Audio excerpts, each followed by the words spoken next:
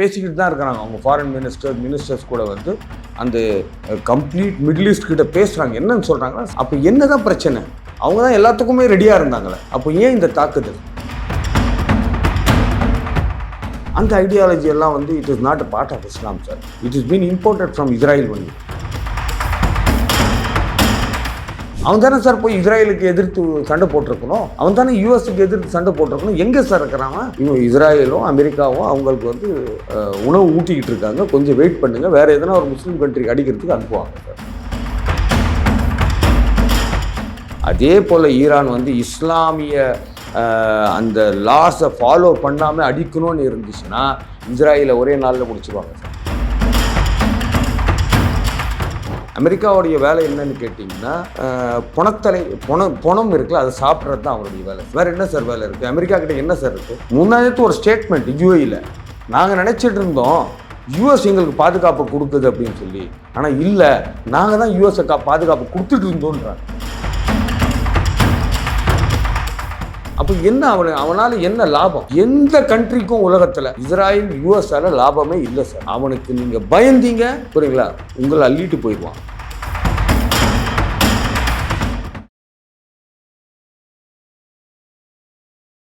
இளைய பாரத நேயர்களுக்கு வணக்கம். இன்னைக்கு நம்ம நேர்களில் நம்ம சிறப்பு விருந்தினர் இந்தியா ஃபுல்லாக ஷியா சுன்னி முஸ்லீம்ஸோட யூனிட்டியாக கொண்டு வரணும் அப்படின்றதுக்காக ஷியா சுன்னி யூனிட்டி மூவ்மெண்ட்டை அதை ஃபாலோ பண்ணிட்டு இருக்கக்கூடிய, அதை பிரேக் த்ரூ பண்ணிட்டு இருக்கக்கூடிய அதோடைய ஃபவுண்டரான நம்ம நஸ்ரத் அலி சார் தான் நம்மளோட இணைஞ்சிருக்காரு. சார் வணக்கம் சார். சார் இளைய பாரத நேயர்களுடைய முதல் நேர்கள் கொடுத்ததுக்கு மிக்க நன்றி சார். வணக்கம், ரொம்ப நன்றி சார். இப்போது ஆல் ஓவர் த வேர்ல்டே உங்களுக்கு நல்லாவே தெரியும், ஷியா சுன்னி முஸ்லீம்ஸ்னால தான் இப்போ மிகப்பெரிய இஷ்யூ ஆகிட்டு இருக்கு. ஏன் இங்கே சிலிண்டர் தட்டுப்பாடு வரதுக்கு கூட அங்கே நடக்கக்கூடிய வாரனால கூட நம்ம சொல்லலாம்.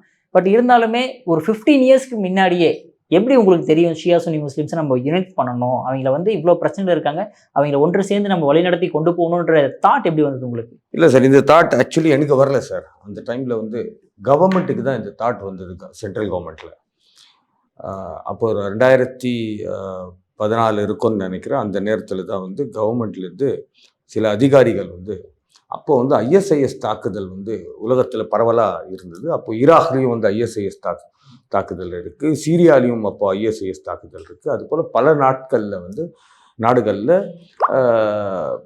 என்ன சொல்லப்பட்டது அப்படின்னு சொன்னால், ஐஎஸ்ஐஎஸ் என்ற ஒரு நிர்வாகம் வந்து அது ஒரு சுன்னி, அது வந்து ஷியாக்களை தாக்குகிறார்கள் அப்படின்றது தான் வந்து ஒரு பரவலான செய்திகள் இருந்தது.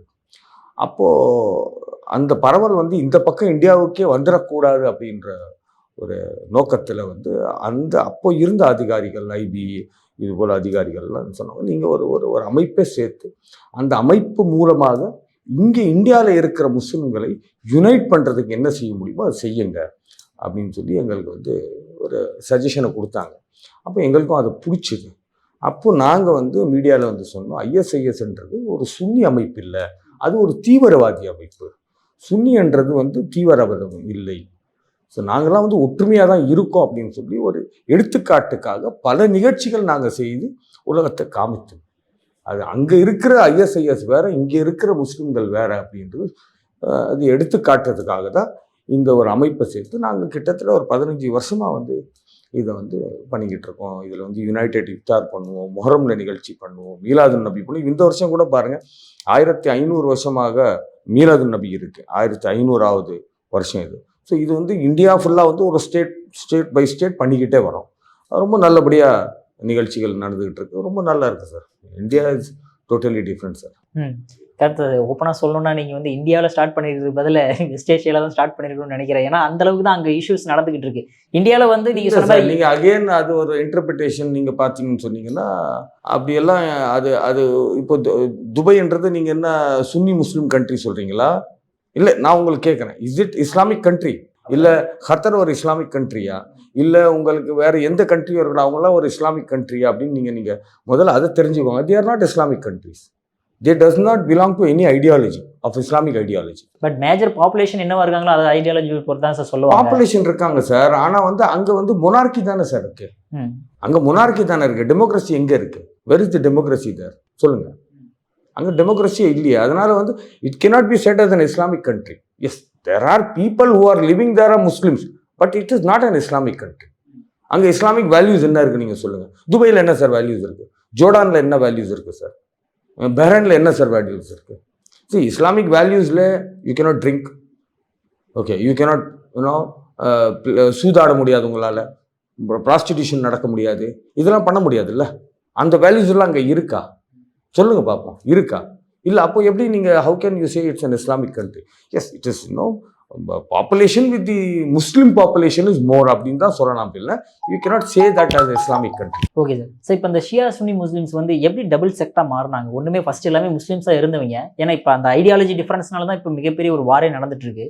ஏன்னா ஒரு குடும்பத்துக்குள்ளேயே சண்டை போட்டுக்கிறன்ற மாதிரி விஷயமெல்லாம் இருக்கு. இல்லை, அகெயின் நீங்கள் வந்து ஐடியாலஜி வார்ன்னு சொல்கிறீங்க. இது ஐடியாலஜி வாரே இல்லை sir. It is the war between the right and the wrong. அது ஐடியாலஜி வாரே இல்லை சார். இது எங்கே ஆரம்பிச்சது? அது 1400 வருஷமாக முன்ன வந்து ஒரு differences between the group of Muslims.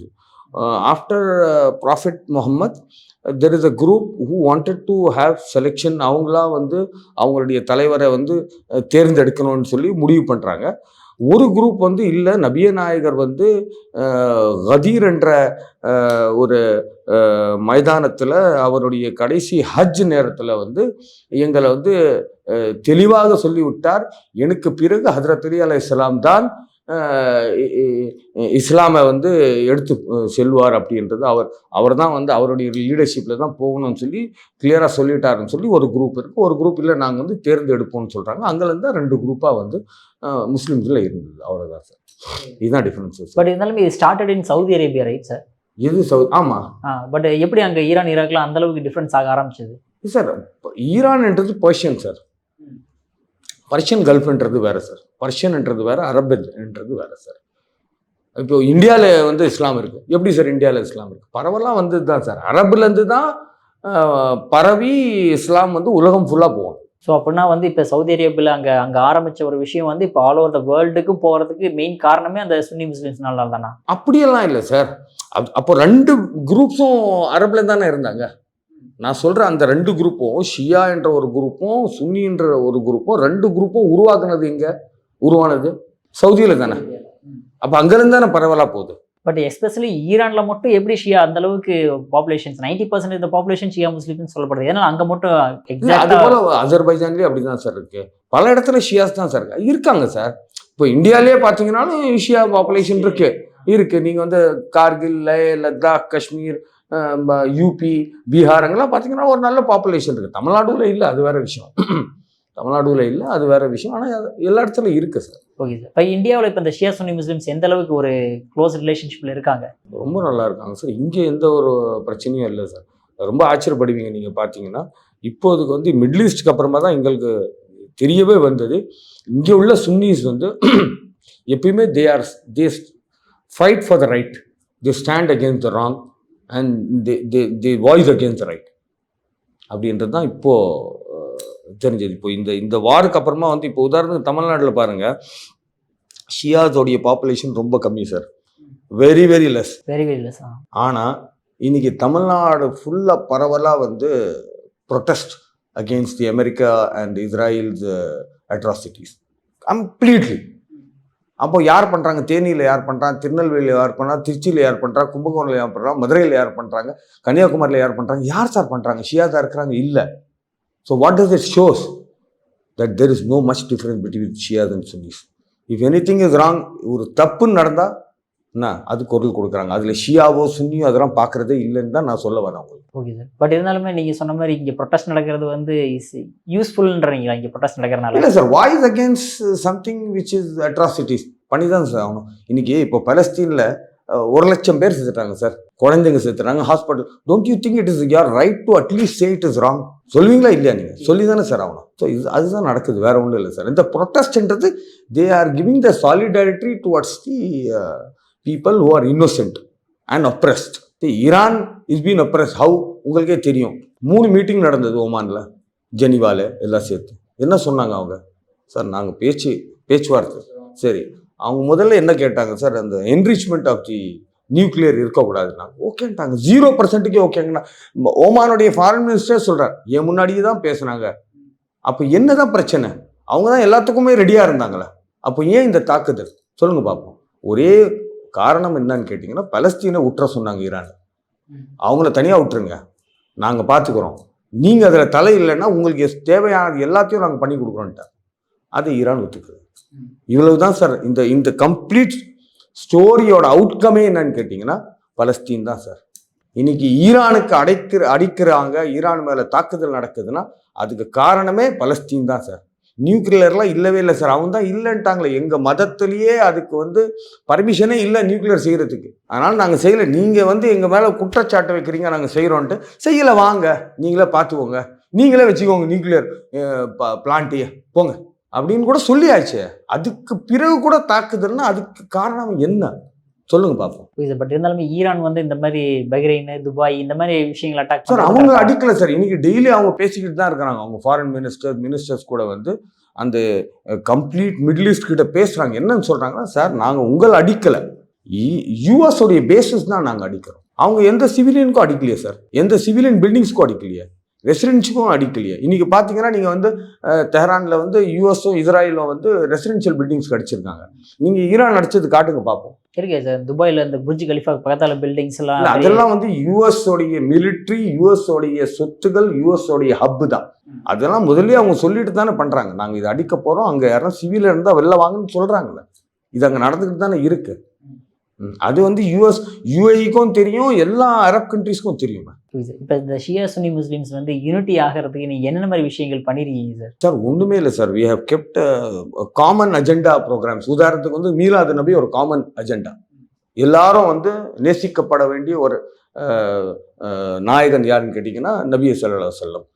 அவருக்கு அவருடைய ப்ரோக்ராம்ஸை நம்ம இப்போ மீலாதோ அவருடைய சம்மந்தப்பட்ட செமினார்ஸ், கான்ஃபரன்ஸஸ் வைப்போம்.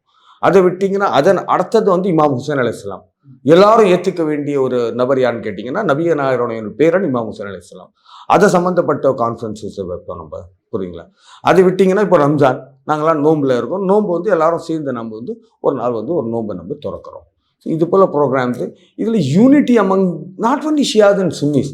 அவர் ideology is to give the real message of Islam. இஸ்லாமுடைய ரியல் மெசேஜ் ஹியூமன் பீயிங் தான் சார். யாரோ ஒருத்தர் எங்கேயோ ஒருத்தர் கொல்லப்படுறார் அப்பாவின்னு சொன்னால் அவருக்காக நாங்கள் ஆறுதல் கொடுக்கணும். அவருக்காக we should have a word. அது தப்பு அப்படின்றது, அதுதான் இஸ்லாம். அதுதான் இப்போது நாங்கள் பண்ணிக்கிட்டு இருக்கோம். பட் இருந்தாலுமே எல்லாம் மோஸ்ட்லி முஸ்லீம்ஸ் எல்லாமே அப்படின்னாவே ஃபண்டமெண்டலிஸ்டாக இருக்காங்களே அப்படின்ற ஒரு தாட்ஸ் இருக்கே சார் எல்லாத்துட்டையுமே. அது சில நேரத்தில் இப்போ நீங்கள் பார்த்தீங்கன்னா சவுதியோடைய ஐடியாலஜி, புரியுங்களா? அந்த ஐடியாலஜி எல்லாம் it is not a part of Islam sir. It is been imported from Israel only தான். இஸ்ராயல் அண்ட் யூஎஸ் என்னன்னு கேட்டிங்கன்னா, இஸ்லாமுக்குள்ள ஒரு எக்ஸ்ட்ரீமிஸ்ட் அண்ட் ஃபண்டமெண்டல் ஐடியாலஜியை எடுத்துகிட்டு வரணும், அவங்களுக்கே தீவிரவாதியாக மாற்றணும், அவங்களுக்கே வச்சு முஸ்லீம்களை அடிக்கணும். இப்படி தானே சார் நடந்திருக்கு. இப்போ ஐஎஸ்ஐஎஸ் யாரை சார் அடிச்சிது? நீங்கள் கொஞ்சம் லிஸ்ட்டு கொடுக்குறீங்களா? யூஎஸை தாக்கியிருக்கா? இஸ்ராயலை தாக்கியிருக்கா? யூரோப்பியன் கண்ட்ரியை தாக்கியிருக்கா? எங்கன்னா தாக்கியிருக்காங்களா சார்? சிரியா, ஈராக்கு, ஈரான் தாக்குனது எல்லாமே முஸ்லீம்ஸ் தானே சார். தாக்குனது எல்லாரும் முஸ்லீம் தானே, அழிச்சது எல்லாமே முஸ்லீம் கண்ட்ரி தானே. அப்போ யார் சார் ஐஎஸ்ஐஎஸ்? நான் தெரிஞ்சுக்கணும். நீங்கள் சொல்கிறீங்களா ஃபண்டமெண்டலிசம், எக்ஸ்ட்ரீமிசம், ஐடியாலஜி, அப்போ யார் சார் இவங்க? அப்போ முஸ்லீம்ஸ் எல்லாம் காப்பாற்றணும், முஸ்லீம் நாட்டுகளை தானே காப்பாற்றணும்.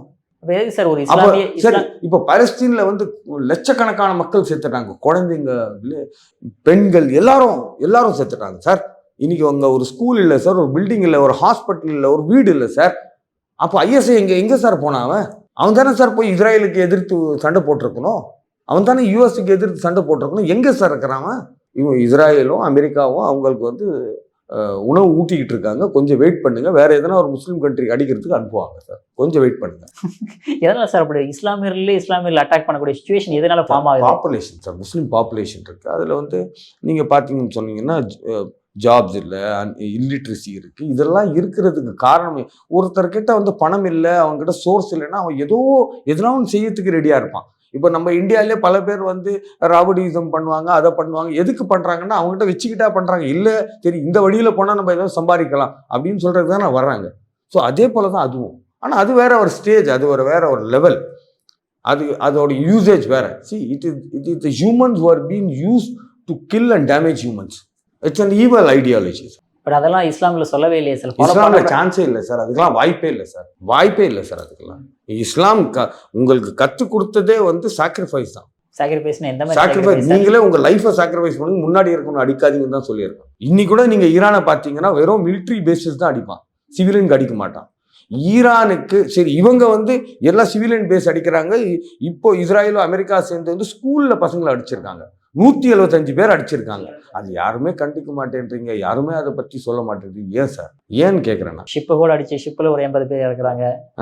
ஏன் சார் அதெல்லாம் சொல்லுங்க, நீங்களே சொல்லுங்க சார் வை. ஆனால் ஈரானை பாருங்க, அதே போல ஈரான் வந்து இஸ்லாமிய அந்த லாஸை ஃபாலோ பண்ணாமல் அடிக்கணும்னு இருந்துச்சுன்னா இஸ்ராயலை ஒரே நாளில் முடிச்சிருவாங்க சார், யுஏஇ ஒரே நாளில் முடிச்சிருவாங்க சார். அப்படியெல்லாம் பண்ணல சார். அவங்க they are following the rules of law, rules of war. அதை பண்ணி தான் பண்ணுறாங்க சார். இப்போ ஷியா முஸ்லிம்ஸோடைய ஒரு ஹெட்டாக வந்து ஐத்துல்லா காமினியாவை பார்க்கப்படுறாங்களே சார், என்ன ரீசன் சார் அதனால? இல்லை எங்கள் இதில் ஷியாஸில் எப்படின்னு கேட்டிங்கன்னா ரிசர்ச் ஸ்காலர், அந்த ரிசர்ச் ஸ்காலரில் வேர்ல்டில் who is the best research scholar அது பார்ப்பாங்க. இப்போ ஈராக்ல ஆகாய் ஷீஸ்தானி இருக்கிறார், ஈரான்ல ஆகாய் இமாம் ஹமனி இருக்கிறார். அது போல இன்னொரு ஒரு 10-15 பேர் இருக்கிறாங்க. ஈராக்லயும் சில பேர் இருக்கிறாங்க, ஈரான்லயும் சில பேர் இருக்கிறாங்க. அதுல whom we have to follow. இப்போ நான் யாரை ஃபாலோ பண்ணணும்னு எனக்கு என்ன சொல்லுங்க, ஒரு இண்டிபெண்டன்ஸ் கொடுத்துருக்காங்க. என்னன்னு கேட்டிங்கன்னா உங்களுக்கு எது நல்லதுன்னு தெரியுது. சரி இவர் ரொம்ப நாலேஜபிளாக இருக்காரு, இவர் வந்து ரிசர்ச் பண்ணி அதோடைய அவுட்கம்ஸ் நல்லா கொடுக்குறாரு, நபி நாயகருடைய அந்த வரலாறு அஹ்லுல் பைத்துடைய வரலாறை வந்து கரெக்டாக படித்து உங்களுக்கு லாஸ் கொடுக்குறாரு, இவர் நல்லா இருக்காருன்னா நீங்கள் அவரை ஃபாலோ பண்ணலாம். There is no compulsion. இல்லை நீங்கள் ஃபாலோவே பண்ணலைனாலும் தெர் இஸ் நோ கம்பல்ஷன். புரியுங்களா? So people follow them. So உதாரணத்துக்கு ஹமனி அவர்களை பெரிய ஃபாலோஷிப் இருக்குது. It's a huge followership he has across the world. ஆமா சார், எல்லா பக்கம் ப்ரொடெஸ்ட் அது பார்க்க முடியுது. across the world. அதே மாதிரி சுன்னி முஸ்லிம்ஸ்க்கு ஏதாவது ஹெட் ஏதாவது? சுன்னி முஸ்லிம்ஸ்ல அது இல்லை, அது ஒரு பெரிய ஒரு டிராபேக். அப்படி இருக்கணும் அப்படின்னு தான் நானும் வேண்டிக்கிறேன். இப்போ எப்படி போப் இருக்காங்க கிறிஸ்டியன்ஸ்ல, எல்லாரும் போய் போப்பை ஃபாலோ பண்றாங்க. ஷியா முஸ்லிம்ஸ் வந்து ஹமனியை பண்றாங்க. அதே போல வந்து ஒரு சுன்னி முஸ்லிம்ஸ்குள்ள வரணும் அப்படின்னு தான் ஒரு அவசியம், அது வரணும். என்னுடைய வேண்டுதலும் அதுதான். அப்படி ஒரு லீடர் வந்தாருன்னா எல்லாரும் ஒரு லீடரை ஃபாலோ பண்ணலாம். பட் இப்போ எல்லாமே வந்து நீங்கள் சொன்னது எல்லாமே எலெக்டட் பர்சன்ஸாக இருக்காங்க. ஏதாவது ஒரு குரூப் ஆஃப் பீப்புள் வந்து எலெக்ட் பண்ணி பண்ணுறாங்க. பட் ஷியா முஸ்லிம்ஸ் ஆட்டோமேட்டிக் ஹெரிடேரியால சார் வராங்க. ஹெரிடேட்டரி இல்லையே, எங்கே சார் ஹெரிடேட்டரி? ஐத்துல்லா காமினி முடிஞ்சோடனே அடுத்து அவர் சன் வராரு. அதுக்கு அடுத்து மேபி சார் அவருடைய சன் வந்து அவர் வரவே மாட்டேன்னார் சார். புரிஞ்சுங்களா? அவருடைய capabilities sir, he is capable because he was with is father, he is capable. ரெண்டாவது சார், இப்போ அந்த இடத்துல உட்கார்றது அவ்வளோ ஈஸின்னு நினைக்கிறீங்களா? இல்லை நான் கேட்குறேன், இல்லை ஆசைப்பட்டு உட்காந்துருக்காரு, பவர் வரும் பணம் வரும்னு நினைக்கிறீங்களா? கழுத்துல கத்தி வச்சு சாவு தான் சார் வரப்போகுது. அது தெரிஞ்சு ஒருத்தர் உட்கார்றாருன்னா இந்த ஹெரிடேட்டரிக்கு செல்யூட் தான் சார் பண்ணணும். டெஃபினெட்லி இந்த ஹெரிடேட்டரிக்கு செல்யூட் பண்ணணும் சார். ஸோ இந்த ஹெரிடேட்டரி இமாம் ஹுசைன்ல இருந்து வந்த ஹெரிடேட்டரி சார், அவரும் அப்படிதான் சார். புரியுங்களா? தெரிஞ்சே அவர் கொல்லப்படுவார் அப்படின்னு தெரிஞ்சே போனார் சார். இதில் எந்த ஒரு மாற்று கருத்து கூட இல்லை. அப்போ இப்போ ஐத்துல்லா காமினி கொல்ற அளவுக்கு என்ன சார் அவங்களுக்கு ஒரு கம்பல்ஷன், அவங்களுக்கு Israel America and all peoples? ஆமாம் சார், அவர் வந்து he is voicing against all the atrocities. எங்கன்னா ஒரு அநியாயம் நடந்தால் அதுக்கு வந்து எதிர்த்து அவர் குரல் கொடுக்குறாருல, அது கொடுக்கக்கூடாதுல்ல. இவங்க வேலையே என்ன சார்? அமெரிக்காவுடைய வேலை என்னன்னு கேட்டிங்கன்னா பணம் இருக்குல்ல, அதை சாப்பிட்றது தான் அவருடைய வேலை சார். வேற என்ன சார் வேலை இருக்குது? அமெரிக்கா கிட்ட என்ன சார் இருக்குது? டெக்னாலஜி இருக்கா? பிரெயின் இருக்கா? பாப்புலேஷன் இருக்கா? ஹார்ட் ஒர்க் இருக்கா? என்ன இருக்குது சார்? நான் உங்களுக்கு கேட்குறேன், எதுவுமே இல்லையே சார். எதுவுமே இல்லாமல் ஏன் இந்த வேர்ல்டையே கட்டி அது வெறும் policy, evil policy, the policy of evil policy. இப்போ நம்ம இந்தியாவிலேருந்து வந்து எல்லா இன்டெலெக்சுவல்ஸ் யூஎஸ்ல தான் இருக்கிறாங்க, எல்லா மேன் பவர் இந்தியாவிலேருந்து தான் போயிட்டு இருக்கிறாங்க. அங்கேருந்து இந்தியன்ஸ் வந்துட்டாங்கன்னா அமெரிக்காவே ஒன்றுமே இல்லை சார். எல்லா ஹெல்த் மெடிக்கல் டாக்டர்ஸ் மெடிசன் எல்லாரும் யார் போய் கேட்டு பாருங்களேன், பெரிய பெரிய டாக்டர்ஸ் அப்படியான்னு ஈஸன் இந்தியன்னுவாங்க. ரிசர்ச்சர்ஸ் யாருன்னு கேட்டால் இந்தியன்ன்றாங்க, சயின்டிஸ்ட் யாருன்னு கேட்டால் இந்தியன் சொல்கிறாங்க. அப்போ எங்களுடைய எல்லா பெருமையும் அவன் வச்சுக்கிட்டு அவன் பிஸ்னஸ் பண்ணிக்கிட்டு இருக்கான். நாங்கள் செய்ய வேண்டியது அவன் பண்ணுறான்றான், நாங்கள் இருக்க வேண்டியது அவனாக இருக்கான்ற சொல்கிறேன். Actually full right is only for the India sir. Today nobody can produce intellectuals, India can produce intellectuals. Nobody can produce the skill labours, only India can produce the skill labours. புரியுங்களா? நீங்கள் skill வரைக்கும் நீங்கள் பார்த்தீங்கன்னா India's the best in the world today. அதை வச்சு தானே sir அவங்க use பண்ணுறாங்க. வேறு என்ன சார் இருக்குது அவங்ககிட்ட? The ideology is the evil ideology for which people are getting scared. அவன் இன்னைக்கு என்ன சொல்கிறான், அவன் ஸ்பெயினே வந்து என்னுடைய பேஸை நீ யூஸ் பண்ணக்கூடாது, நீ சொன்னால் என்ன நான் ஒத்துவா போகிறேன், நானாக வரப்போகிறேன் போக போகிறேன்றான். இந்தியாவுக்கே சொல்கிறான், நான் உனக்கு ஒரு மாதம் வந்து உனக்கு நான் விட்டு 30 கொடுக்குறேன். நாள் extension. அவன்லாம் யார் சார்? அவனை மூஞ்சி அன்னைக்குன்னா ஒரு நாளைக்கு போயிட்டு கண்ணாடியில் பார்க்க சொல்லுங்கள். அவன் எங்களுக்கு சொல்லுவானா? நாங்கள் யார், அவன் யார் சார்? இப்போ பல கண்ட்ரிஸ் வந்து அமெரிக்காவுக்கு அடிபணியாமல் இருக்காங்க. எக்ஸாம்பிள் சொல்ல நார்த் கொரியாலாம் வந்து அடிபணி கிடையாது, இந்தியாவே அடிபணி கிடையாது. பட் இருந்தாலும் ஈரான் மட்டும் அடிபணியாததுக்கு இந்த அளவுக்கு போய் அட்டாக் பண்ணுற அளவுக்கு அவங்களுக்கு என்ன சார் கம்பல்ஷன் அவங்களுக்கு? இல்லை சார், இப்போ உதாரணத்துக்கு இப்போ இந்தியாவில் வந்து we are ready for the agreements. US is not ready. அவன் நான் நம்ப மாட்டேன்றான். இப்போ உதாரணத்துக்கு கல்ஃப் நம்பிச்சு அமெரிக்காவை, என்ன ஆயிடுச்சு? நான் கேட்குறேன். கல்ஃப் நம்பிச்சு, பேஸு கொடுத்துச்சு. முன்னாடி ஒரு ஸ்டேட்மெண்ட் யூஏயில், நாங்கள் நினச்சிட்டு இருந்தோம் யூஎஸ் எங்களுக்கு பாதுகாப்பு கொடுக்குது அப்படின்னு சொல்லி. ஆனால் இல்லை, நாங்கள் தான் யூஎஸ் பாதுகாப்பு கொடுத்துட்டு இருந்தோன்றாங்க. Valid point. அவங்க சொல்கிறாங்க நாங்கள் நினச்சிட்டு இருந்தோம் யூஎஸ். அப்போ அவங்களாம் எதுக்காக சேர்த்து வச்சாங்க? நாளைக்கு ஒரு பிரச்சனைனா இவன் பார்த்துப்பான்னு சொல்லி. இன்னைக்கு அவன் தான் ஓடிட்டாங்க, அவன் பேசுறதுலாம் காலி ஆயிடுச்சு. அப்போ என்ன அவனால் என்ன லாபம்? எந்த கண்ட்ரிக்கும் உலகத்தில் இஸ்ராயல் யூஎஸ்ஆல லாபமே இல்லை சார். அவனுக்கு நீங்கள் பயந்தீங்க புரியுங்களா, உங்களை அள்ளிட்டு போயிடுவாங்க.